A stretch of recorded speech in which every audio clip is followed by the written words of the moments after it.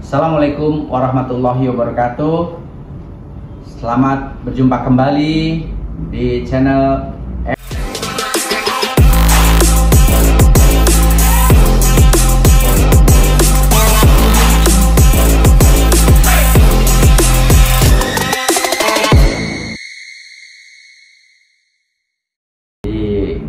untuk akun YouTube dan akun TikTok live streaming di akun Eman Sulaiman Nasim atau Eman S Nasim. Alhamdulillah kita diberikan badan yang sehat, ya, udara juga baik, dan alhamdulillah beberapa hari yang lalu kita sudah menjalankan ibadah sholat sunnah Idul Adha.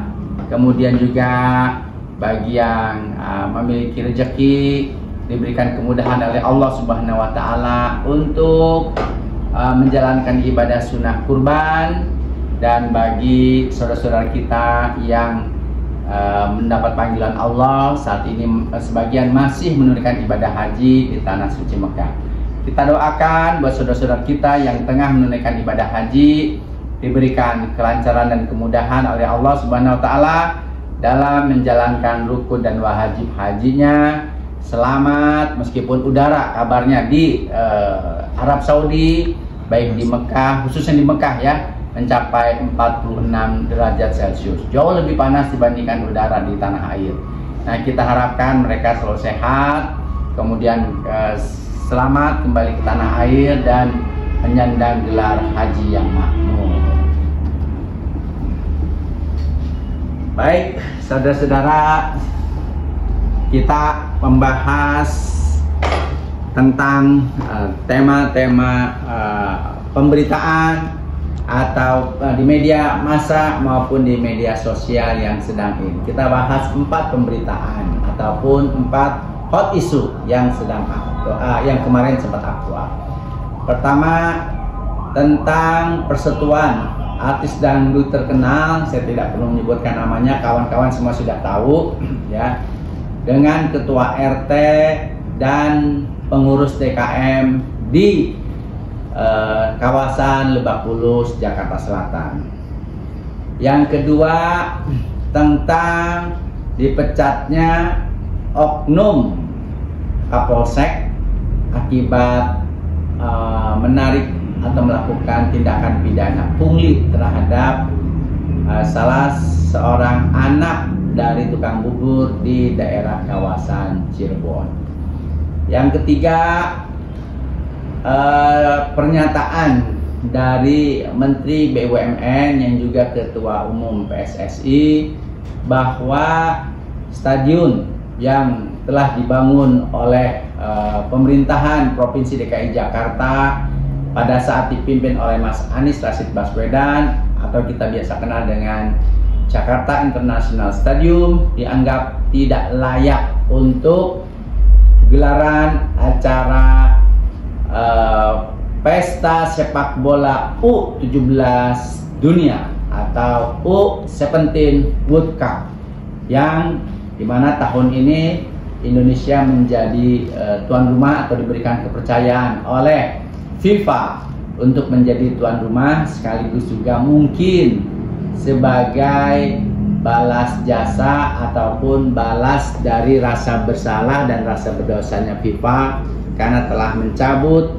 kewenangan Indonesia yang telah berjuang mati-matian untuk menjadi tuan rumah Piala U20. Nah, baik, kita mulai dari yang pertama. Yang pertama, sebelum Idul Adha, kita di media massa nasional, elektronik ya, media online dan juga di media sosial dihebohkan oleh berita bahwa seorang artis dangdut terkemuka yang sudah cukup populer, yang sudah kita kenal, itu ditolak menitipkan sapi kurbannya oleh ketua RT. Saya begini ya, saya ingin berpendapat, setiap warga itu apapun profesinya, apapun jabatannya, jangan merasa dirinya tinggi jabatannya, terkenal ya karena profesinya dan banyak duitnya, sehingga menyepelekan posisi ketua RT atau ketua rukun tetangga ya. Demikian juga dengan ketua DKM, Dewan Kemakmuran Masjid. Jadi setiap warga harus merasakan bagaimana susah dan lelahnya menjadi ketua RT, menjadi pengurus RT. Nah, karena itu tidak ada salahnya apapun jabatan Anda, seberapapun hebatnya Anda, cobalah belajar menjadi pengurus RT, sehingga Anda bisa merasakan repot dan susahnya menjadi pengurus atau ketua RT. Memang untuk di DKI Jakarta, ketua RT itu mendapatkan gaji, kalau tidak salah sekitar 2 juta. Mohon maaf, koreksi saya kalau saya salah. Tetapi gaji ataupun honor yang diberikan pemerintah Provinsi DKI Jakarta tidak sebanding dengan waktu yang dikeluarkan oleh ketua RT, tidak sebanding dengan tenaga yang dikeluarkan oleh ketua RT, tidak sebanding dengan kepusingan yang diderita oleh ketua RT. Karena apa? Urusan KTP ketua RT, meskipun saat ini pemerintah pusat sudah mengeluarkan kebijakan KTP tidak diperpanjang, jadi berlaku seumur hidup, seperti itu. Namun demikian masih banyak lagi urusan-urusan kependudukan, urusan-urusan administrasi itu menjadi tanggung jawab ketua RT. Nih, sebentar lagi kita akan ada gelaran pesta demokrasi, pemilihan umum, apalagi sekarang ini ada 4 ya pemilihan anggota DPR RI untuk DKI Jakarta ya, pemilihan anggota DPRD provinsi, pemilihan anggota DPD Dewan Perwakilan Daerah Republik Indonesia, di mana setiap provinsi anggotanya adalah 4 sama semua provinsi, baik luas maupun sempit, baik besar maupun kecil, baik penduduknya lebar maupun penduduknya sedikit. Dan juga pemilihan presiden itu untuk provinsi, untuk DKI Jakarta. Tapi untuk wilayah DKI di luar DKI Jakarta ada 5 pemilihannya, yaitu selain pemilihan calon anggota DPR, pemilihan anggota DPR RI, DPD RI, DPRD provinsi, dan DPRD kabupaten atau kota. Nah, ditambah lagi pemilihan presiden. Nah, itu pekerjaan yang sangat berat. Ketua RT diberikan tanggung jawab yang cukup berat, menyiapkan TPS, menyiapkan para petugas PPS, petugas panitia pemungutan suara di tempat.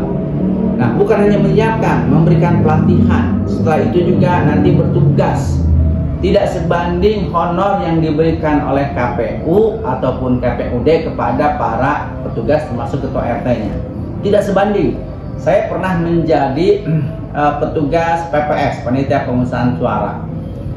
Jadi dulu saya sekian hari dapat honor 360.000. Setelah itu kita kelelahan, akhirnya sampai sakit radang tenggorokan, berobat ke dokter habisnya 500.000. Jadi dapatnya 350.000, biaya untuk ke dokter, akhirnya dokter mahal soalnya kan. Kalau dokter puskesmas nggak sembuh, obatnya obat generik gitu kan. Jadi saya pilih ke IGD, rumah sakit yang terkemuka waktu itu di Kota Bogor. Biayanya termasuk obat-obatannya 500.000, nggak sebanding kan. Itu ya tugas RT. Kemudian lagi, kalau ada kasus-kasus kriminal di wilayah RT tersebut, pihak yang berwajib pasti menanyakannya ke ketua RT. Ketua RT pasti diributkan, pasti direportkan, ya kan? Ada kasus kriminal, apakah itu pembunuhan, penculikan, dan kasus-kasus kriminal yang lain yang tidak perlu saya sebutkan karena tidak enak, tidak elok untuk saya sebutkan. Belum lagi kalau ada kasus perselisihan antar warga, gitu kan? Karena tidak sedikit warga yang sesama satu RT, bahkan yang hanya satu jalan, satu gang itu bisa ribut, gitu kan? Urusannya kemana? Ke RT, ke ketua RT. Oke. Yang lainnya adalah keamanan. Kalau ada kasus pencurian, kalau ada kasus perampokan, itu yang sebagaimana saya sebutkan, pasti yang ditanyakan adalah Pak RT. Pasti warga sebelum ke polisi ngeluhnya, nanyanya ke RT. Kemudian soal kebersihan. Nah, kalau misalnya banyak sampah, itu pasti ketua RT yang dihubungin pertama kali. Ya, kalau sampah tidak diangkat-angkat, ya pasti yang dikomplain oleh warga adalah ketua RT, ya kan? Kemudian kalau ada warga yang membangun rumah atau merenovasi rumah, ya, warga yang lainnya terganggu, bising, pasti yang ditelepon pertama kali oleh warga yang merasa terganggu adalah ketua RT. Jadi ketua RT itu melayani sekian ratus warga, walaupun sekarang dibatasi ya, harusnya RT itu hanya misalnya sekian 100 atau 90 gitu kan. Tapi masih ada di lingkungan Jakarta yang satu RT warganya 400 kakak gitu kan, 400 kakak. Kalau satu kakak saja terdiri dari 4 orang, bisa dibayangkan betapa beratnya tugas ketua RT. Jadi pertama, menurut saya, apapun jabatan Anda, sehebat apapun jabatan Anda di kantor Anda, ya, di tempat Anda bekerja, setinggi apapun pendidikan Anda, sepopuler apapun Anda, jangan menyepelekan tugas-tugas ketua RT. Jangan menyepelekan tugas-tugas pengurus RT, ya. Nah, kalau Anda ingin tahu seberapa berat sih sebenarnya tugas ketua RT, gitu kan? Nah, cobalah begitu Anda diminta menjadi pengurus RT, apapun profesi Anda, ikutlah sehingga Anda bisa merasakan susahnya, beratnya tanggung jawab menjadi ketua dan pengurus RT. Seperti itu. Nah, karena itu ya, tadi saya sampaikan.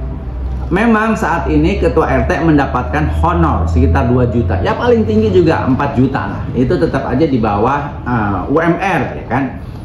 Tapi RT itu seperti misalnya nih, sekarang menjelang pemilihan umum, menjelang pesta demokrasi, kan tidak bisa serta-merta langsung pemungutan suara. Nanti para petugasnya itu ditunjuk oleh para ketua RT, ya kan. Harusnya sebelum bertugas ada rapat koordinasi, kemudian pemutakhiran data dan lain sebagainya. Nah, itu memangnya oleh KPU dikasih biaya untuk rapat, memangnya oleh KPU dikasih biaya konsumsi untuk rapat, untuk makannya, untuk minumnya? Tidak. Nah, dari mana? Akhirnya dari kas RT, gitu kan. Kemudian ngantar-ngantar surat yang harus diantar oleh ketua RT itu bukan hanya satu. Ketua RT bukan hanya melayani bukan hanya melayani 1 atau 5 warga, tapi banyak yang harus dilayani. Nah, karena itu ketua RT harus punya staf, ya kan? Stafnya itu yang gaji siapa, ya kan? Nah, kalau tidak dana dari iuran warga, dari Pak RT itu sendiri, dari dana yang dibayarkan oleh Pemprov DKI Jakarta itu sendiri. Nah, jadi jangan sepelekan tugas dan profesi ketua RT. Oke, sekarang artis tersebut menitipkan sapi. Sapinya itu berat, ya kan? Saya selain pengalaman menjadi ketua RW di Kota Bogor, ya, saya juga pengalaman menjadi pengurus masjid. Dimanapun saya berada, alhamdulillah komunitas saya komunitas masjid. Dimanapun saya berada, saya selalu menjadi pengurus masjid. Mulai dari saya kuliah di Universitas Indonesia, saya menjadi pengurus Masjid Universitas Indonesia atau pengurus Masjid Ukhuwah Islamiyah atau UI di kampus UI Depok, merangkap menjadi pengurus Masjid Arif Rahman Hakim Salemba Jakarta. Oke. Nah, setiap Idul Fitri, setiap tahun setidaknya ada 2 event yang harus diselenggarakan oleh pengurus masjid. Apa? Satu, pelaksanaan berkaitan dengan Ramadan, ada sholat tarawihnya, ya kan? Kemudian ada pembagian takjil, pengumpulan zakat, pembagian zakat, dan sholat Idul Fitri. Yang kedua adalah sholat Idul Adha. Nah, selain sholat Idul Adha adalah kita membentuk panitia kurban. Nah, itu panitia kurban ya. Jadi kita mengirimkan edaran kepada warga sekitar masjid atau perumahan di mana masjid tersebut berada, siapa yang mau berkurban, ya kan? Nah, biasanya bagi warga yang ingin berkurban, yang dikoordinir oleh DKM, kalau dia menyumbangkan hewan kurbannya untuk dipotongkan sekaligus kan didistribusikan kepada warga sekitar, warga yang tidak mampu, ya, mustahik, yang tidak mampu, oleh panitia kurban yang dibentuk oleh DKM, maka warga tersebut selain menitipkan hewan kurbannya, itu biasanya ditambahi oleh biaya perawatan hewannya dan biaya pemotongannya. Karena memotong hewan kurban sampai menguliti dan mencincangnya sampai kita bagi-bagikan per kantong, misalnya 1 kilo campuran daging, tulang, lemak, ya, jeroannya, gitu kan. Itu bukan pekerjaan mudah, itu pekerjaan sulit, lelah dan melelahkan. Karena itu akhirnya oleh pengurus DKM, sebagian dibantu oleh jemaah masjid, baik ibu-ibu maupun bapak-bapak. Nah, ada juga yang dari awal sampai akhir itu diserahkan kepada pihak ketiga. Jadi pengurus DKM itu hanya mengkoordinir. Pertama, mengumumkan siapa jemaah yang ingin berkurban, ya. Kalau ingin berkurban silahkan. Mau menitipkan hewan kurbannya, tapi ada biaya pemotongannya, gitu kan? Nah, biaya pemotongan, biaya perawatan dan sebagainya. Atau yang titip uang, baik titip uang untuk membeli 1 ekor kambing maupun titip uang untuk 1 ekor sapi, atau patungan 7 orang untuk 1 ekor sapi plus biaya pemotongan dan perawatannya, gitu. Jadi tidak mentang-mentang kita punya uang ingin berkurban lalu dengan seenaknya membeli sapi di luar besar dititipkan ke masjid, setelah itu ditarik lagi. Tidak bisa seperti itu, ya. Kalau kita niat baiknya artis tersebut menurut saya sudah bagus, ya, insya Allah karena Allah, ya, insya Allah itu sudah bagus. Cuman harus dipahami, harusnya ada komunikasi. Jadi jangan langsung datang kirim asisten rumah tangga atau asistennya, Pak kami menitipkan sapi, gitu kan, sebentar aja setelah itu ditarik. Bukan seperti itu. Alangkah bagusnya, ya, siapapun Anda, mau artis kayak, mau pejabat tinggi kayak, ya, mau orang biasa saja, mau tentara, mau polisi, mau PNS, mau pengusaha, cobalah datang, temui, ya, temui pengurus DKM-nya, kalau temui ketua DKM-nya sambil silaturahim, ya, sambil silaturahim. Jangan sampai, ya, jangan sampai kita datang itu setelah menjadi jenazah. Jangan sampai seperti itu, ya. Jadi siapapun kita datangilah. Kalau emang kita nggak pernah sholat berjamaah, kalau kita tidak pernah ngaji bareng di masjid itu, ya, pada saat kita ingin berkurban, ya, ya kita datangin lah, tanyakan kepada pengurus DKM, Bapak, kami sekeluarga ingin menitipkan hewan kurban, tolong nanti dibagikan kepada warga yang memang berhak, yaitu warga yang tidak mampu, gitu kan. Apa persyaratannya, apa yang harus kami lakukan. Nah, sebaiknya seperti itu, bukan langsung titip, pasti nanti dijelaskan oleh ketua DKM-nya. Ini persyaratannya. Jadi kalau misalnya ada uang untuk biaya pemotongan, atau kalau misalnya dititipkannya 1 minggu sebelum berkurban, maka biasanya ada biaya perawatannya. Kenapa? Ya sapi ataupun kambing kalau dititipkan 1 minggu sebelum hari hak pemotongan, mereka kan kambing-kambing maupun sapi-sapi itu kan harus diberikan makan. Satu, ya kan? Makannya dari mana? Rumput, daun-daunan, segala macamnya. Yang kedua, itu kan sambing, namanya makhluk hidup, kambing ataupun sapi, ya kan, itu mengeluarkan kotoran. Dia makan, dia mengeluarkan kotoran. Ada air kencing, ada kotoran nya, gitu kan. Nah, itu kan harus dibersihkan. Siapa yang mau bersihkan? Bukan pengurus DKM, juga bukan pengurus RT. Ketua pengurus DKM maupun pengurus RT sama dengan kita, sama-sama sibuk, gitu kan. Jadi ada biaya diserahkan kepada pihak ketiga. Gitu. Jadi sekali lagi, inilah pentingnya satu komunikasi. Jangan merasa kita sudah jadi artis terkenal, jangan merasa kita sudah menjadi pejabat tinggi negara. Cuman kami mau titip hewan kurban untuk dibagikan.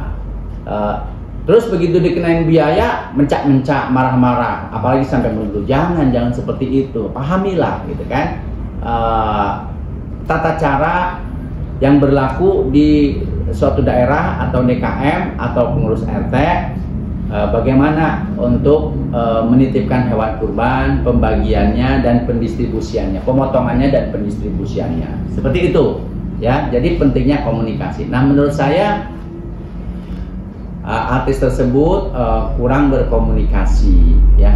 Menurut saya artis tersebut kurang berkomunikasi, dan kadang antara tugas kependudukan dengan tugas yang peribadatan itu berbeda. Tugas peribadatan itu ya DKM, khusus yang beragama Islam, ya, DKM, Dewan Kemakmuran Masjid, ada ketuanya, ada wakil ketua, ada sekretaris, ada bendahara, dan ada bidang-bidangnya. Nah, biasanya menjelang Idul Adha, sebagaimana menjelang Idul Fitri, menjelang Ramadan, itu ada dibuat kepanitiaannya. Jadi termasuk kalau kita mau bayar zakat fitrah, termasuk kita memberikan punya niat baik berkurban, ya kan, memberikan hewan kurban, apakah sapi, kambing dan sebagainya. Jadi jangan langsung dibawa itu, apalagi menjelang beberapa hari, artinya bukan hari haknya, tapi beberapa hari sebelum hari pemotongannya. Jadi kita harus tahu tata caranya yang berlaku di DKM itu sendiri. Jadi ada biaya, ya. Biaya itu bukan pengurus DKM. Insya Allah pengurus-pengurus DKM itu bekerja itu ikhlas, ya. Semua pengurus DKM bekerja itu ikhlas. Nah, kalau ada biaya-biaya, nah biasanya kalau tidak untuk merabot, itu untuk pihak ketiga yang merawat masjid, ya kan, merawat hewan kurban, pemotongan, kemudian juga pembagian dan sebagainya. Seperti itu. Jadi jangan belum apa-apa sudah kita klaim, oh ketua RT begini, oh ketua DKM begini, sombong dan sebagainya. Bukan. Jadi cobalah kita rendah hati lah, ya. Rendah hati itu jauh lebih baik dibandingkan sombong. Karena yang berhak sombong itu hanya Allah Subhanahu wa Ta'ala. Manusia itu pada akhirnya akan mati, ya kan? Nah, pada saat manusia itu akan mati, siapa yang akan mengurus kita? Ya, kalaupun kita punya saudara gubernur, atau kalaupun kita punya saudara menjadi panglima suatu angkatan, kalau rumahnya jauh, yang pertama kali mengurus kematian kita itu adalah satu, tetangga. Yang kedua, pengurus RT yang pertama kali mengurus kita, itu kan. Nah, itu. Yang berikutnya adalah pengurus DKM.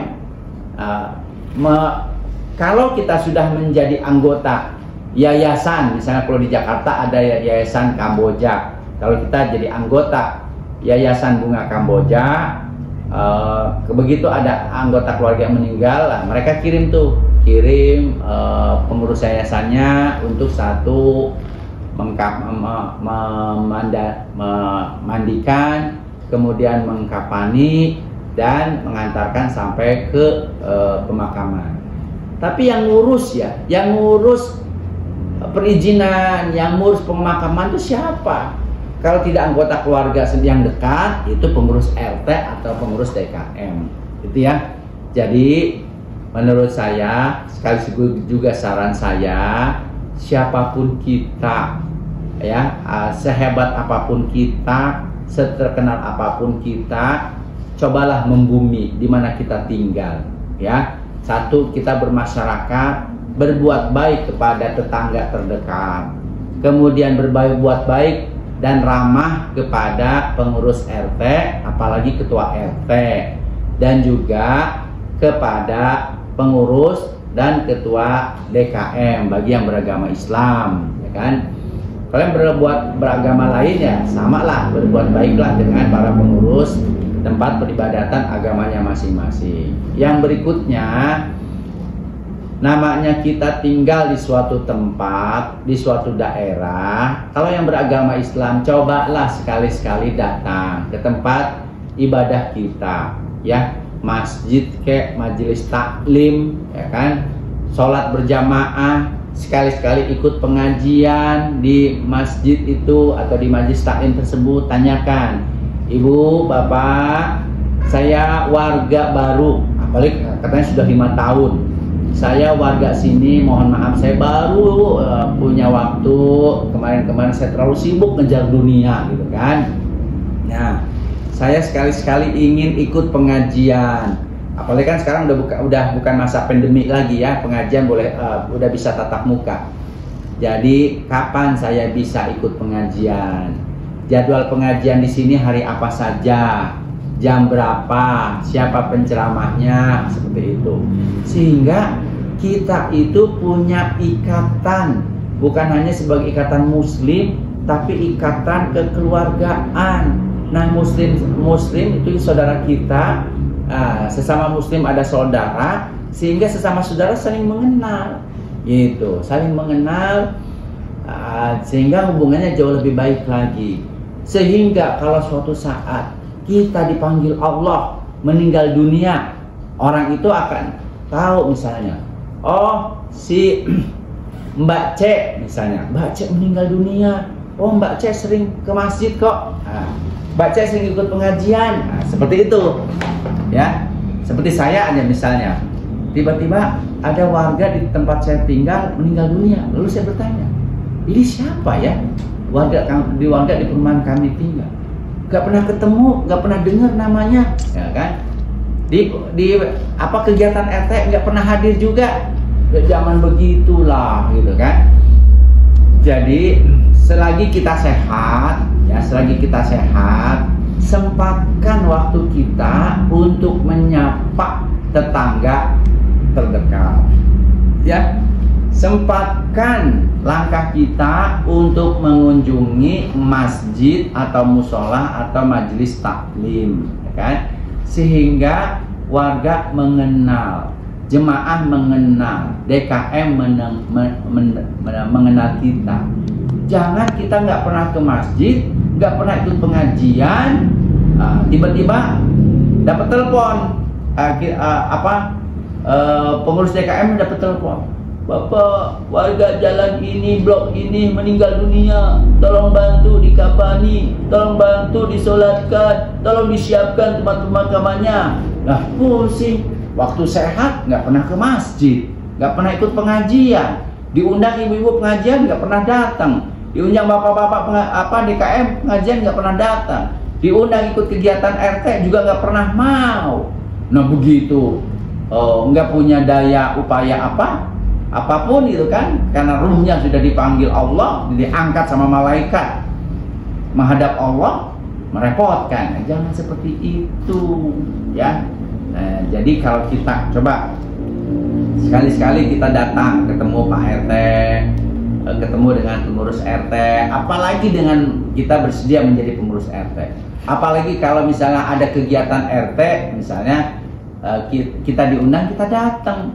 Apalagi kalau kita penyanyi, kita hibur tuh warga dan Pak RT, oh pasti senang, hubungan jadi harmonis ya kan. Terus juga masjid, apabila sesibuk apapun kita ya kan, ayunkanlah langkah kita menuju masjid, ayunkanlah langkah kita menuju pengajian atau majelis taklim, ikut pengajian, dengarkan, itu akan nambah ilmu, nambah saudara ya kan. Nah selain itu juga warga akan jadi semakin kenal, semakin cinta, semakin sayang.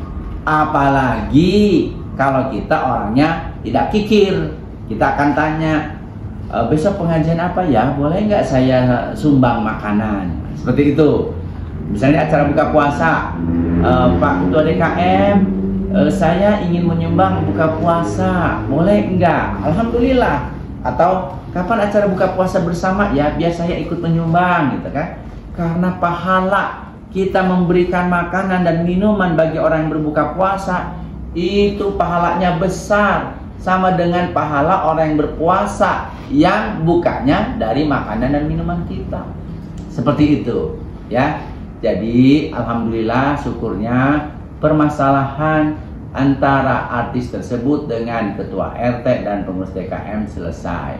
Harusnya tidak perlu sampai ribut-ribut, harusnya tidak perlu ngecap atau berburuk sangka kepada ketua DKM, pengurus DKM, ataupun ketua dan pengurus RT. Tugas dari ketua dan pengurus RT itu berat, nggak sebanding dengan honor yang diterima. Malah di beberapa daerah ketua dan pengurus RT itu nggak dapat apa-apa, yang ada dapat repot. Makanya pemilihan ketua RT itu berbeda dengan pemilihan ketua kepala desa. Pemilihan ketua RT itu berbeda dengan pemilihan bupati. Kalau pemilihan kepala desa atau pemilihan bupati, orang berbondong-bondong daftar. Tapi pemilihan ketua RT malah ini apa, banyak udahlah jadi banyak anggota masyarakat bilang udahlah Pak, Bapak jadi pengurus atau ketua RT yang abadi saja ya, seperti itu ya.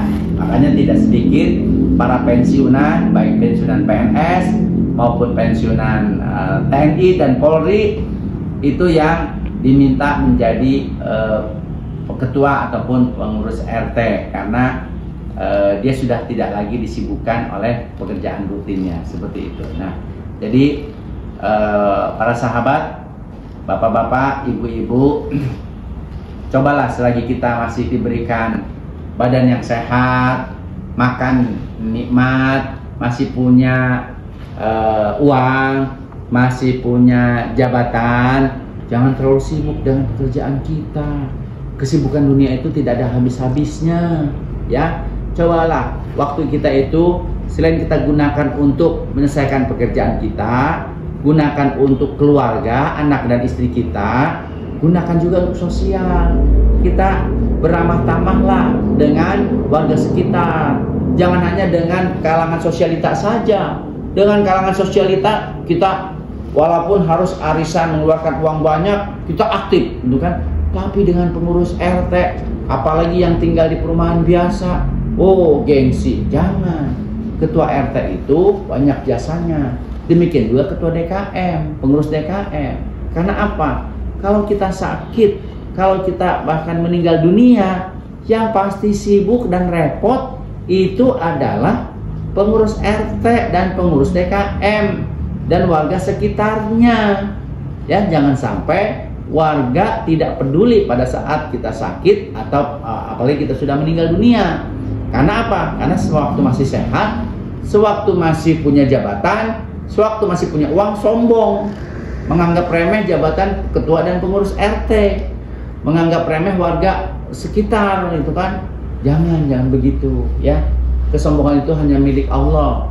Kita itu, masa jaya kita itu ada batasnya ya. Oke lah uang kita banyak karena kita misalnya pengusaha besar gitu kan, Tapi berapapun uang yang banyak, kalau badan sudah peot, nggak bisa jalan, nggak bisa bangun, apa artinya uang tersebut, gitu ya. Nah, jadi mari kita berbaik sangka, mari kita selalu menjaga silaturahim. Pertama dengan anggota keluarga kita, saudara-saudara kandung kita, ya kan. Kemudian juga saudara-saudara jauh. Yang kedua, jangan lupakan warga sekitar kita, sekitar rumah kita, ya. Kemudian juga dengan pengurus RT, ketua RT, pengurus DKM, ketua DKM. Jangan lupa juga kita bersedekah, berbagi, ya kan. Kalau kita ada rezeki, yuk Pak RT, mau acara apa? Saya sumbang makanan ya. Oke. Apalagi kalau kita jago nyanyi, terkenal pula, Pak RT, di acara ini kapan acara 17-an? Saya nyanyi ya. Kalau di pentas biasa, di panggung biasa, saya dibayar 100 juta per jam. Untuk warga sini, karena saya bagian dari warga sini, gratis Pak RT. Seperti itu. Untuk misalnya masjid, Pak Ketua DKM, kapan ada pengajian saya mau hadir. Apalagi kita bertanya, ya kan? Kalau kita ikut-ikut bertanya, pada Ketua DKM, saya menyumbang makanan ya untuk pengajian, untuk buka puasa bersama dan sebagainya. Insya Allah kalau seperti itu hidup kita makin barokah, kita pun makin disenangi, makin dihormati oleh warga sekitar, dan insya Allah nama kita pun akan harum. Insya Allah hidup kita pun makin barokah, ya. Oh, jangan dikit-dikit marah, dikit-dikit marah. Nah, itu sombong. Sombong itu sekali lagi milik Allah. Pada akhirnya kita akan terjatuh. Ya. Pada saat kita terjatuh, orang bilang syukurin, rasain, gitu kan? Nah, seperti itu. Janganlah, jangan seperti itu. Oke. Ya, alhamdulillah itu sudah selesai.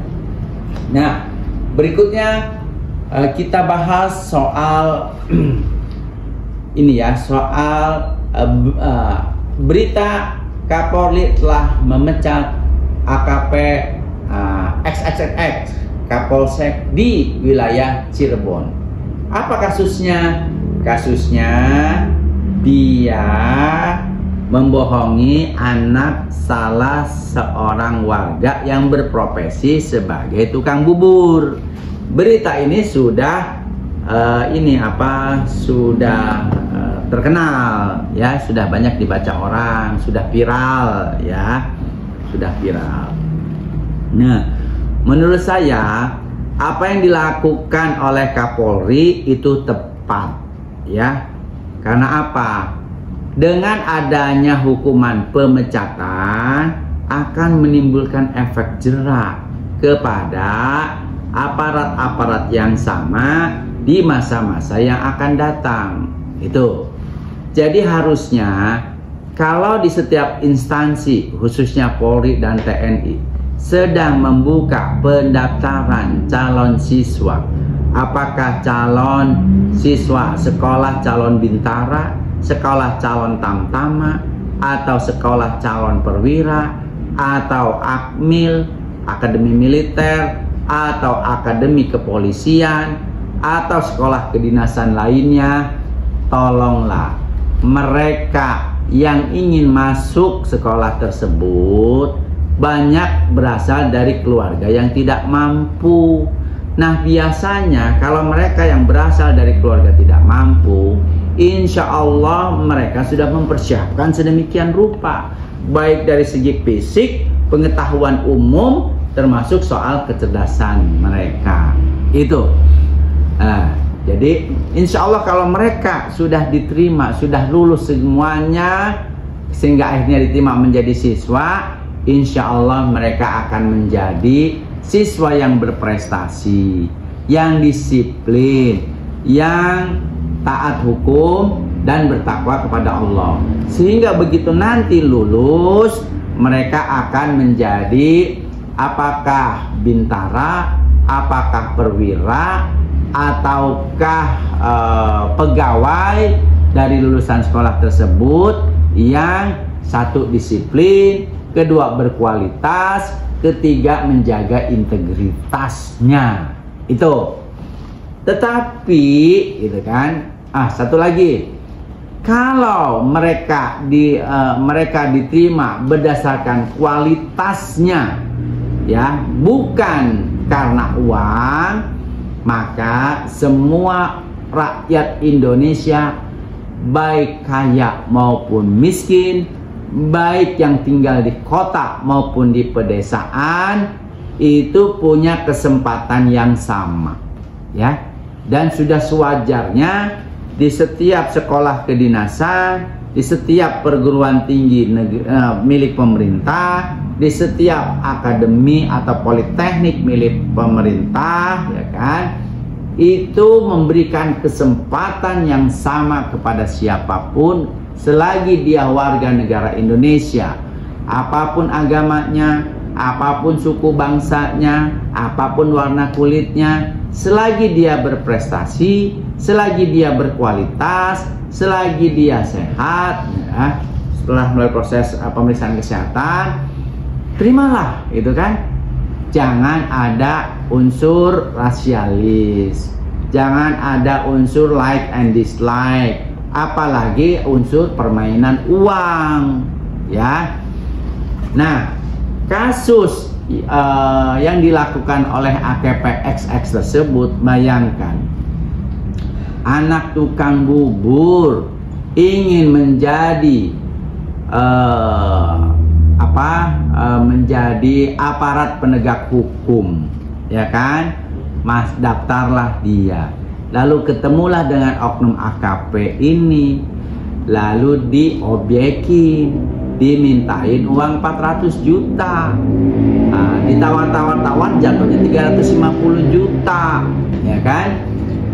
Tukang bubur berapa sih penghasilannya, gitu kan, sampai akhirnya tukang bubur tersebut menggadaikan rumahnya. Ternyata setelah nyogok pun dia tetap tidak masuk. Nah, itu kan berarti penipuan. Tukang bubur tersebut sudah lapor kepada aparat penegak hukum, tetapi sebelum itu diramaikan oleh netizen, sebelum itu diramaikan atau diekspos di media sosial, sebelum itu diekspos di media massa online, itu laporannya tidak diproses. Nah, ini juga sangat kita sesalkan. Baru setelah viral di media sosial, inilah pentingnya netizen mengungkap segala macam kebobrokan sehingga kebobrokan itu tidak terjadi. Nah, setelah viral barulah diproses, ya. Jadi ada dua pelajaran kita ambil. Satu, keputusan Kapolri dengan memecat dia itu keputusan tepat, walaupun si oknum tersebut sudah mengembalikan uangnya. Kenapa tepat? Supaya menimbulkan efek jerah, supaya nanti tidak ada lagi oknum-oknum yang sama. Begitu di setiap penerimaan siswa secapa, secatam, gitu kan, atau akmil, main-main uang. Jangan, ya kan? Bukankah para aparat itu sudah digaji oleh rakyat, ya kan? Sudah digaji oleh rakyat, sudah diberikan tunjangan dan sebagainya. Pada saat rakyat ingin bergabung atau anaknya ingin bergabung menjadi aparat tersebut sebagai bagian dari regenerasi, jangan kemudian dimintain uang. Ingat, para aparat tersebut kan sudah dibayar oleh rakyat. Tugas aparat tersebut melayani rakyat, jangan menyulitkan rakyat, ya. Saya tuh kadang benci sama aparat yang sudah dibayar rakyat, tapi giliran melayani rakyat harus main wani piro. Itu sebel saya, gitu kan. Kalau saya jadi presiden, kasih hukuman mati buat aparat yang melakukan pungli, buat aparat yang mempermainkan hukum, seperti itu, ya. Itu, jadi jangan sampai terjadi lagi. Dan harusnya, gitu kan, harusnya tidak harus dipiralkan. Begitu anggota masyarakat merasa ditipu oleh oknum, maka begitu lapor, segera proses siapapun itu pelakunya, ya kan. Proses, panggil, mintain keterangan pelapor, mintain keterangan terlapor. Jangan dipetieskan, jangan didiamkan. Itu akibatnya apa? Akibat slogan yang disampaikan oleh masyarakat, hukum tumpul ke atas, tajam ke bawah, benar adanya, ya kan? Seperti itu, ya. Kalau ingin membuktikan bahwa hukum sama tumpul atau hukum sama tajam, maka kalau ada rakyat yang merasa ditipu atau dizolimi atau dijolimi lah ya, dijolimi oleh aparat ya, jangan karena yang menzolimi itu, yang melakukan tindak pidana itu sama-sama aparat yang sama, dipetieskan. Jangan dong, jangan seperti itu ya, nggak bagus. Anda itu diangkat sumpah, Anda itu menjadi aparat, apapun lembaga Anda itu harus melayani rakyat, Anda itu harus melayani negara. Anda pelayan rakyat, Anda pelayan negara. Itu ya. Jadi keputusan Kapolri sangat tepat, dipecat ya, walaupun uangnya sudah dikembalikan, sehingga menimbulkan efek jera. Dan saya berharap tidak ada lagi pungli ya, baik dari penerimaan siswa, Catam batuk saya ya, ataupun Akmil, Akpol, jangan ada main uang. Pokoknya yang berprestasi, yang sehat berprestasi, yang lolos kualifikasi terima, gitu kan. Yang lolos kualifikasi, yang tidak lolos kualifikasi, yang tidak lolos persyaratan, ya udah, mohon maaf, Anda tidak memenuhi persyaratan.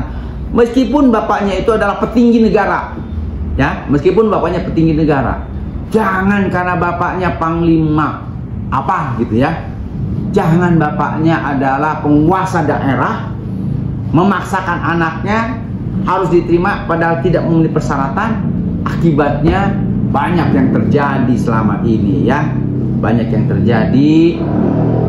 Akhirnya calon peserta, calon mahasiswa, calon siswa dari keluarga yang tidak mampu, aduh sedih saya, dari keluarga yang tidak mampu digeser padahal dia sudah lulus. Dan saya sudah menemukan banyak buktinya, ya Allah, ya Tuhan. Saya sudah menemukan banyak buktinya. Ada warga Ustadz, Pak Eman, anak saya ini sudah lulus Pak, sudah diterima di sekolah tinggi XXX, gitu kan. Tapi kemudian kami Pak dimintain uang 36 juta. Saya tidak mampu Pak. Akhirnya besok nama anak saya hilang. Aduh ya Allah, ya Tuhan.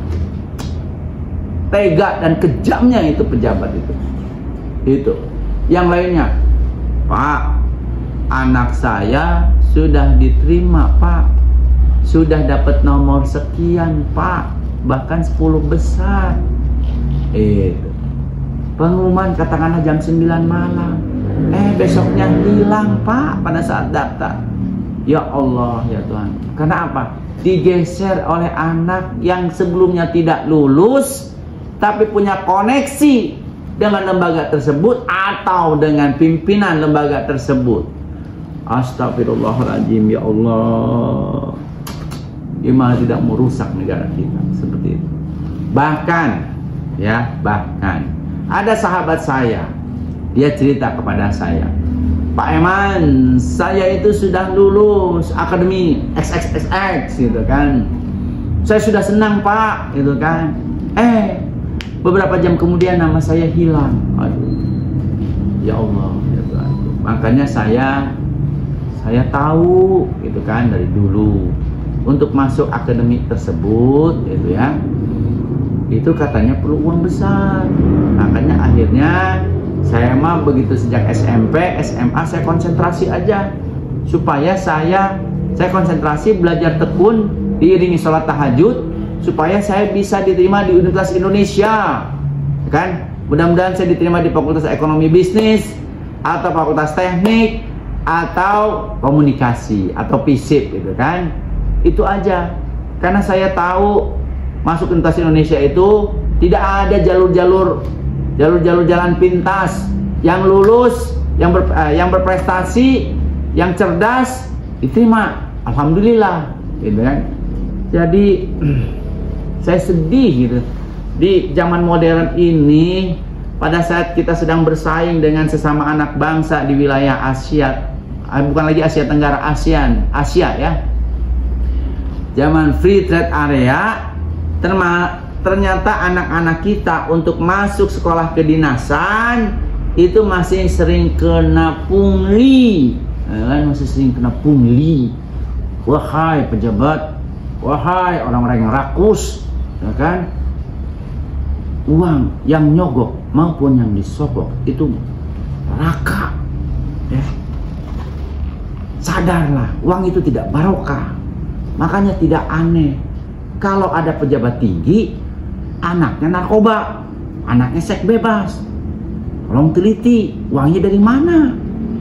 Kalau uangnya halal, insya Allah barokah, ya kan?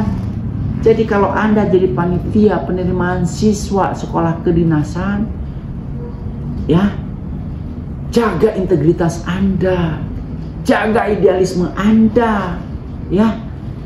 Jangan menerima yang hanya mampu membayar puluhan atau ratusan juta. Jangan, ya, hancur negara. Kalau yang diterima adalah anak-anak orang kaya yang malas belajar, misalnya orang tuanya nyogok dari uang haram terus pakai untuk nyogok lagi, nanti mereka akan jadi pemimpin negara, gak kuat mental, gak kuat moralnya, rusak negara. Akhirnya bisanya ngutang dan ngutang. Seperti itu, ya. Nah, sebaliknya, bapak-bapak, ibu-ibu, saudara-saudara semuanya, kalau kita ingin anaknya masuk sekolah kedinasan, masuk perguruan tinggi terkemuka, jangan otaknya itu nyogok dan nyogok. Kalau nggak bisa nyogok, nggak bisa masuk. Buangkan pikiran itu jauh-jauh. Suruh anak kita olahraga yang pertama, ya. Suruh anak kita berdoa kepada Allah. Kalau dia beragama Islam, sholatnya suruh dirajinkan 5 waktu minimal. Subuh, zuhur, asar, maghrib, isya tuh jangan lewat, ya, jangan dilupakan. Bila perlu tepat waktu dan bila perlu ke masjid bagi yang laki-laki, ya. Iringi dengan sholat tahajud. Terus berdoa minta sama Allah, karena semua yang ada di dunia ini adalah milik Allah. Itu yang pertama. Yang kedua, suruh belajar yang tekun. Tidak ada orang yang bodoh, ya. Tidak ada orang yang bodoh. Yang ada adalah anak yang malas, gitu, ya. Yang kedua, olahraga, ya, supaya badan sehat. Kalau cukup olahraga, peredaran darah lancar, kita belajarnya pun enak. Yang keempat, dia suruh rajin bekerja juga, jangan dimanjakan. Bantu ibu, bantu bapak, bersihin rumah tangga, bantuin ikut cuci mobil, bantuin, ya, bersihkan halaman dan sebagainya. Itu, insya Allah kalau itu dilakukan, maka anaknya, apalagi orang tuanya ridho, orang tuanya ikut mendoakan, insya Allah masuk apapun, insya Allah lulus. Ya, seperti saya, gitu kan? Saya ingin kuliah di UI, saya belajar tekun, saya sholat 5 waktu, saya sholat tahajud, saya sholat istiqoroh, saya sholat duha, saya puasa Senin Kemis. Alhamdulillah sama Allah dilancarkan. Terus begitu di UI, ya alhamdulillah rezeki pun Allah mudahkan. Seperti itu. Di UI, saya ingin keluar negeri dapat beasiswa, dimudahkan sama Allah. Jadi jangan pikiran harus nyogok, harus main belakang, jalan belakang. Aduh, mual perut saya, ya. Karena saya dosen juga di UI, saya dosen di Politeknik Keuangan STAN, saya dosen juga di Institut Ilmu Sosial dan Manajemen Setiami. Seringkali saya mendapat telepon dari kawan-kawan saya. Pak Eman, anak saya pengen masuk UI, ada nggak jalan pintas? Ada nggak jalur khusus? Ada nggak jalur-jalur? Saya paling benci kalau seperti itu, ya. Bener, saya benci, bener, ya. Kalau di UI masuk UI itu harus punya uang banyak, gitu kan? Aduh, saya nggak akan bisa diterima di UI, saya nggak akan bisa menjadi alumni UI, tidak bisa. Karena pada saat saya masuk, kondisi orang tua saya sedang tidak menguntungkan. Tapi berkat saya belajar tekun, berkat saya rajin sholat, berkat saya sering sholat tahajud, puasa Senin Kemis, sholat istiqoroh, sholat hajat, sholat duha, terus juga ikut membersihkan rumah, rajin bekerja, berbuat baik kepada orang tua, alhamdulillah Allah mudahkan. Itu ya. Jadi bapak-bapak, ibu-ibu, kalau bapak-bapak, ibu-ibu ingin anaknya itu berprestasi, jadi orang hebat di masa depan, sehingga perlu disekolahkan, perlu masuk sekolah lebih tinggi, ya. Apakah sekolah kedinasan, sekolah umum, ya. Jangan ada pikiran sogok menyogok, karena kata Rasulullah apa? Yang menyogok, yang disogok sama-sama makan api neraka, sama-sama mendapatkan siksaan, ya. Itu. Jadi suruh anak itu rajin belajar, rajin sholatnya, rajin beribadah, apapun agamanya, ya. Rajin olahraga, rajin bekerja, taat dan patuh pada kedua orang tuanya. Orang tua senang, Tuhan juga senang. Insya Allah jalannya mulus gitu ya. Jadi kalau ada tawaran-tawaran, Pak, anak Bapak mau sekolah kedinasan di akademi ini, boleh Pak, bisa nggak Bapak kasih 500 juta? Udah, jangan dianggapnya. Lebih baik uang itu digunakan untuk yang lainnya lah ya. Gak usah Pak, belum tentu, gitu kan? Saya orang yang paling benci kalau cara-cara seperti itu. Oke. Itu yang kedua. Yang ketiga, ya, yang ketiga adalah Indonesia, alhamdulillah, mungkin ini hadiah ya, sebagai pengganti kekecewaan rakyat dan bangsa Indonesia. Kita itu sudah lolos seleksi menjadi tuan rumah Piala Dunia U20 ya. Tapi karena negara Israel lolos dan menjadi peserta, kita tahu antara kita dengan negara Israel belum punya hubungan diplomatik. Karena apa? Karena Israel masih berbuat zalim kepada bangsa dan rakyat Palestina, ya. Bukan hanya mencaplok wilayah Palestina yang kemarin menjadi daerah Israel, tapi juga sekarang wilayah-wilayah rakyat Palestina terus digusurin. Bahkan tentara Israel bersama rakyat Israel, ya, itu dengan semena-mena terus melakukan pengusiran terhadap rakyat Palestina.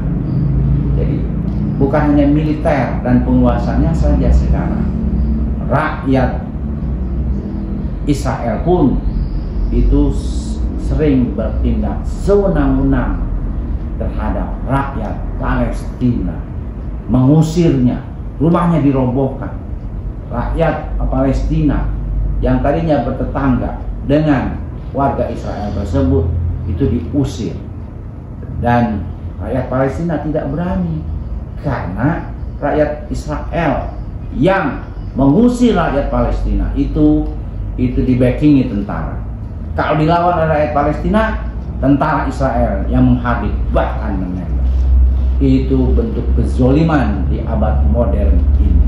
Dan Inggris, Prancis, China, Amerika tutup mata terhadap kezoliman yang dilakukan oleh bangsa dan pemerintah Israel.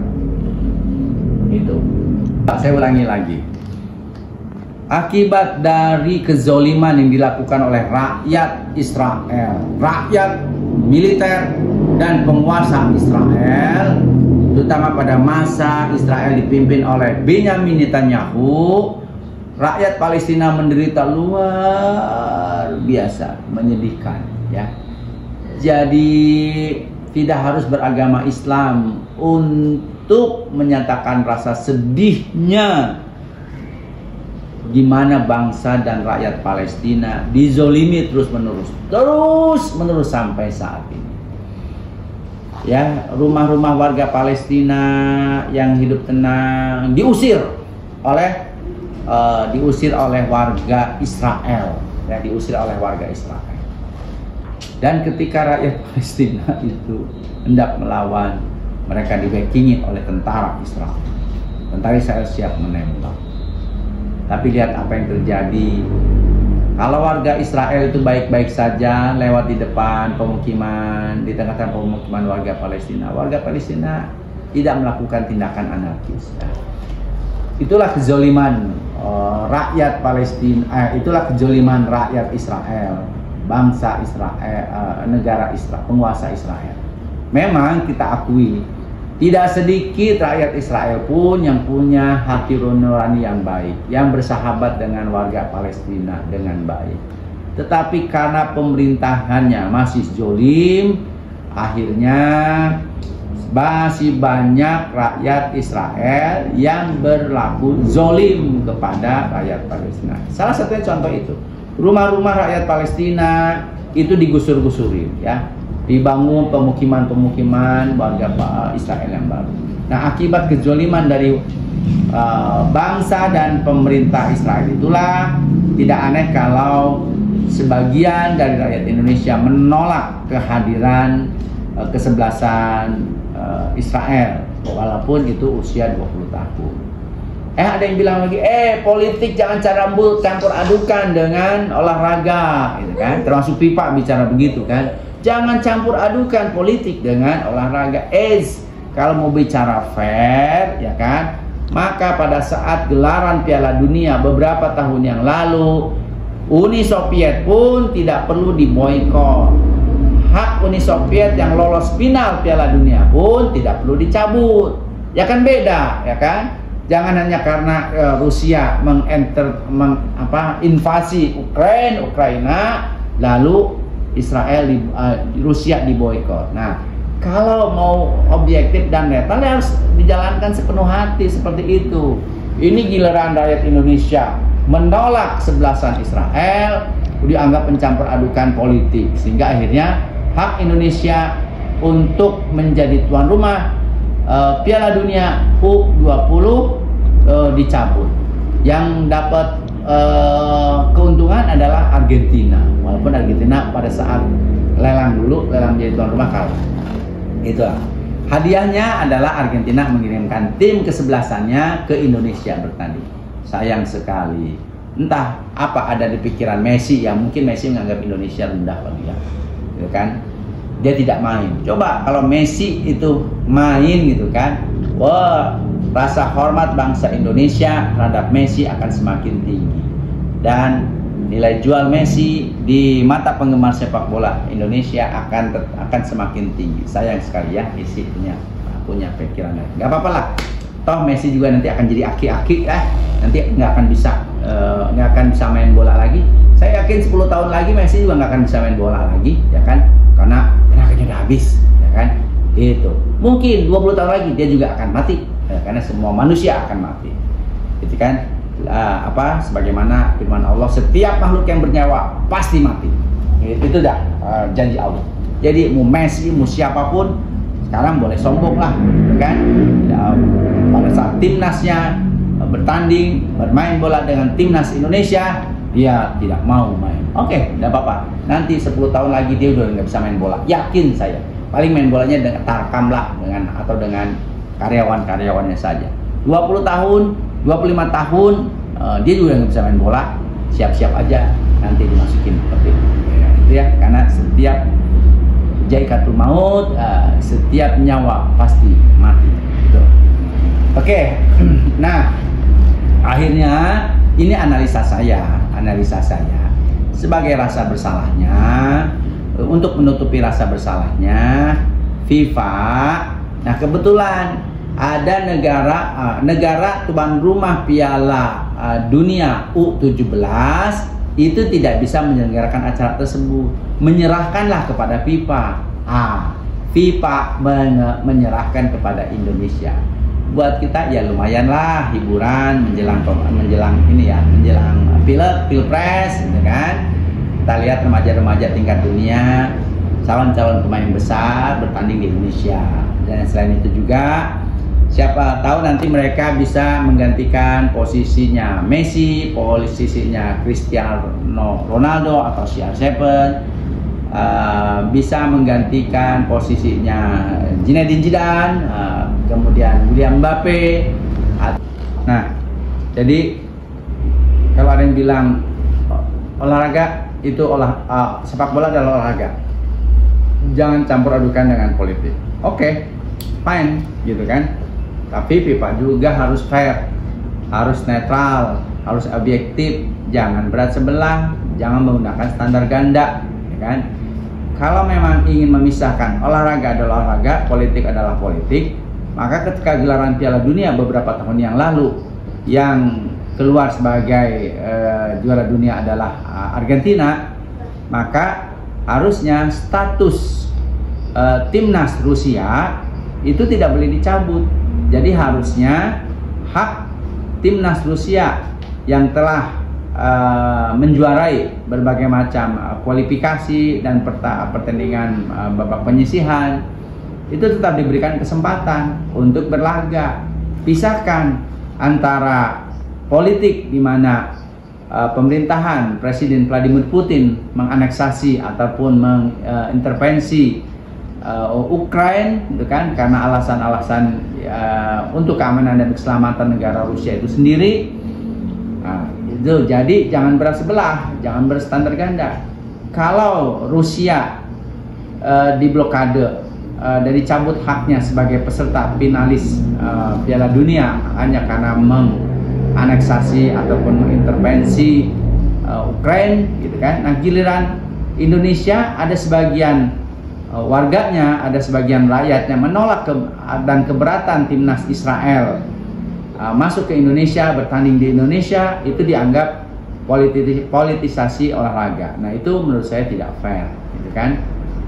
Wajar rakyat Indonesia itu menolak kehadiran timnas Israel karena kehadiran timnas Israel itu identik dengan rakyat Israel dan juga negara Israel.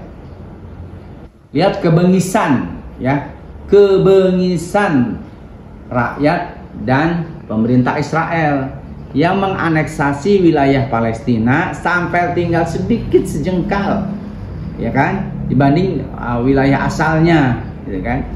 Nah, sekarang ini seringkali kita melihat, menyaksikan di TV-TV internasional yang bersikap netral seperti Al Jazeera ataupun yang lainnya, ya, itu warga Palestina, rumah Palestina itu warga Palestinanya digusur, diusir, suruh keluar rumah. Rumahnya digusur dengan seenaknya. Oleh siapa? Oleh rakyat Israel, oleh warga Israel. Ketika rakyat Palestina mau melawan, di belakangnya adalah tentara Israel dengan lengkap senjata yang siap menembak dan menerkam rakyat Palestina. Nah, ini dibiarkan terus terjadi sampai akhirnya terjadi satu genosida, kedua pengusiran seluruh warga Palestina dari tanah kelahirannya, dari negaranya, dari kampung halaman Palestina. Oleh siapa? Oleh pemerintah Israel, oleh rakyat Israel. Jadi wajar kalau rakyat Indonesia, sebagian rakyat Indonesia itu menolak. Menurut saya hal yang wajar, gitu.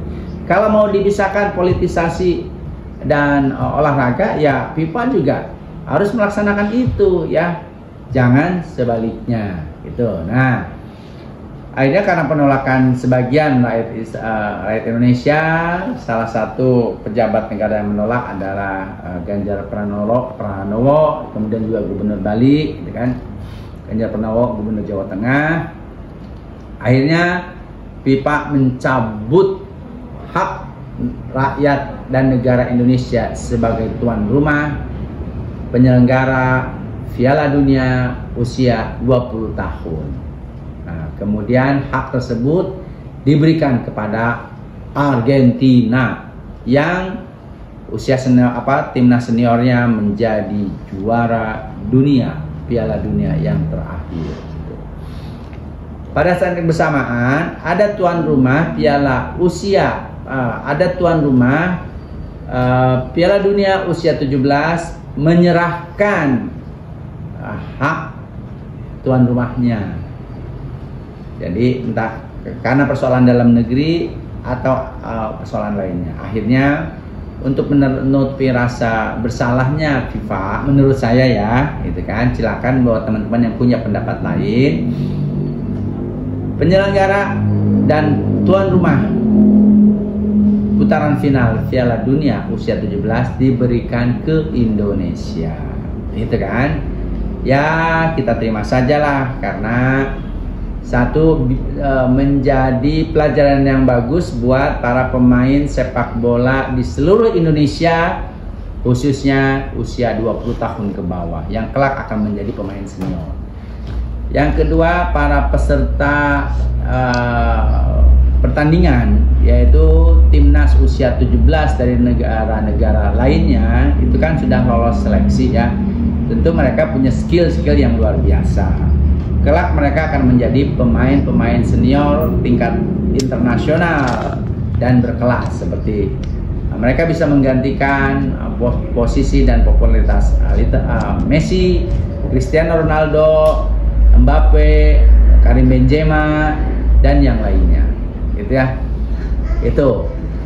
Nah, kemudian ada hal yang menarik. Putaran Piala Dunia usia 17 itu diselenggarakan di Indonesia, apakah di wilayah Jabodetabek atau di luar. Setidaknya Jabodetabek, karena acaranya kan mendadak. Maka kita perlu venue, perlu tempat. Tempatnya tentu harus berskala internasional, berkelas internasional. Salah satu venue atau stadion yang bisa dijadikan putaran menjadi salah satu tempat penyelenggaraan putaran final Piala Dunia usia 17 selain Gelora Bung Karno, Stadion Utama Bung Karno, ya, juga ada Jakarta International Stadium. Yang lainnya di sekitar kita juga ada namanya Stadion Sepak Bola Pakansari di Cibinong, daerah kelahiran saya, Kabupaten Bogor. Itu. Yang lainnya ada di Kota Bekasi. Yang lainnya lagi ada di Gede Bage, Bandung, tapi agak jauhan ya. Daerah lainnya yang sudah berkelas internasional adalah stadion di Sumatera Selatan atau Palembang ya, karena Palembang pernah menjadi tuan rumah PON, sekaligus juga tuan rumah SEA Games barengan Jakarta, dan juga tuan rumah Asian Games, gitu kan.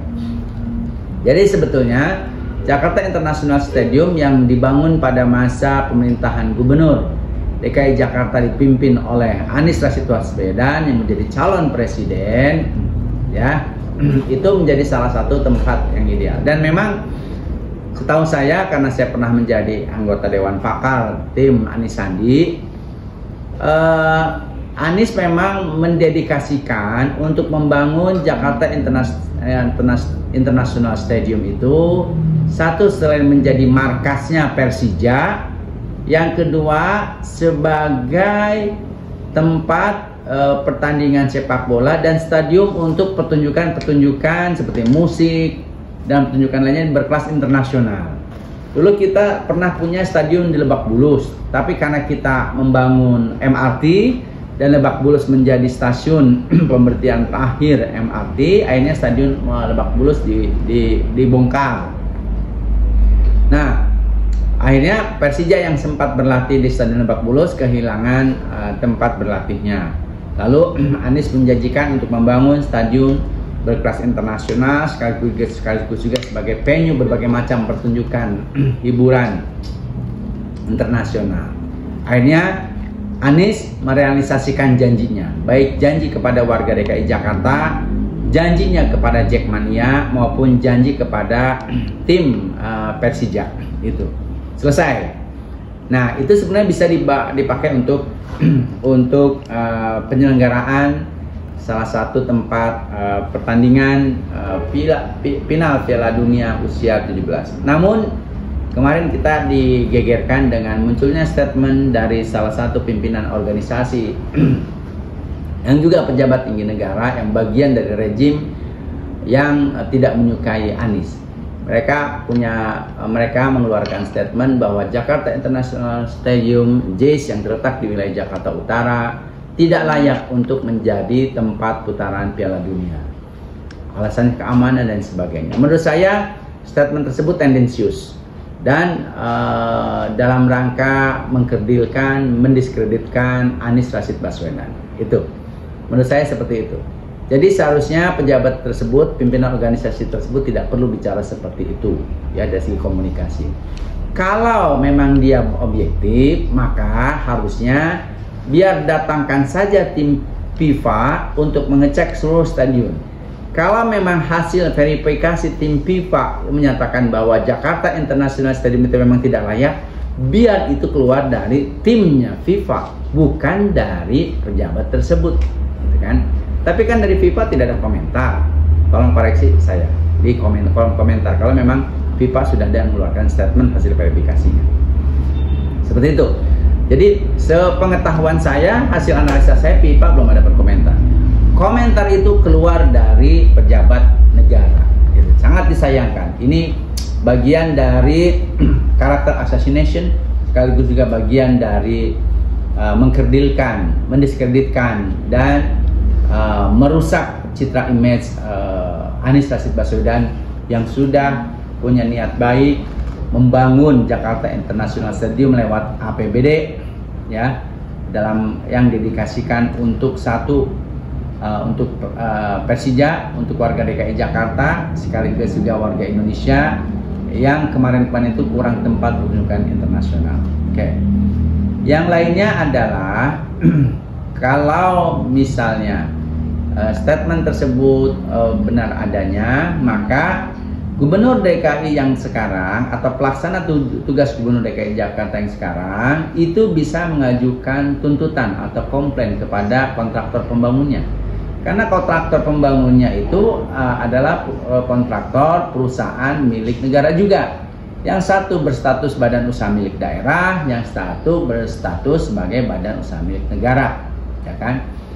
Nah, dituntutlah. Kenapa spek ataupun kualitasnya tidak memenuhi standar FIFA? Karena itu kan di dalamnya stadion sepak bola. Seperti itu. Nah, setelah itu kalau memang pihak kontraktor itu tidak melakukan pelanggaran, pihak kontraktor bisa mengundang tim penilai atau penguji kualitas tingkat internasional yang netral. Kalau ternyata hasilnya Jakarta International Stadium itu layak dan bisa dijadikan venue tingkat internasional, silakan tuntut pejabat-pejabat yang menyatakan bahwa Jakarta International Stadium itu tidak layak. Itu. Jadi saya hanya berharap dan berpesan para pejabat jangan ikut-ikutan mendiskreditkan Anies ya, dengan mengatakan bahwa Jakarta International Stadium tidak layak untuk. Kalau itu benar-benar tidak layak, sebaiknya yang bicara itu jangan pejabat negara atau jangan pimpinan organisasi. Biarkan pihak ketiga yang diakui kredibilitas dan integritasnya di tingkat internasional. Dia yang bicara, panggil pers, ya kan? Panggil pers, sosialisasikan, ekspos di media massa nasional dan media sosial, baik nasional maupun internasional. Baru setelah itu rakyat Indonesia percaya. Oh, kalau hanya klaim dari para pejabat tinggi negara, kita tahulah rejim ini, penguasa ini itu tidak suka Anies Rashid Baswedan, sehingga akhirnya berbagai macam cara dilakukan untuk menjauhkan rakyat Indonesia, masyarakat Indonesia, fansnya Anies, rakyat Indonesia pendukung Anies untuk tidak dekat dengan Anies Rashid Baswedan. Saran saya lagi pada para penguasa, Anda itu sudah dibayari oleh rakyat, ya, lewat pajak, lewat hutang negara, lewat penjualan kekayaan alam. Maka harusnya Anda bekerja dengan baik, melindungi seluruh rakyat Indonesia, menjamin keberlangsungan negara Indonesia di masa yang depan, ya.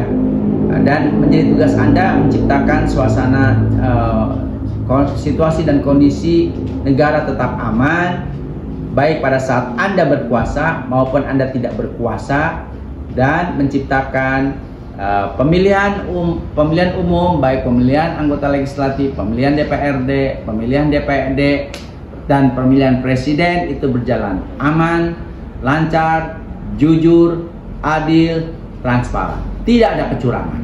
Seperti itu. biar nama Anda harum. Tapi kalau Anda berpihak dengan cara berbagai macam cara supaya Anies kalah, gitu kan? Apalagi dengan melakukan kecurangan, calon yang Anda usung menang, maka jika Allah tidak berkehendak, nama Anda akan rusak. Gitu.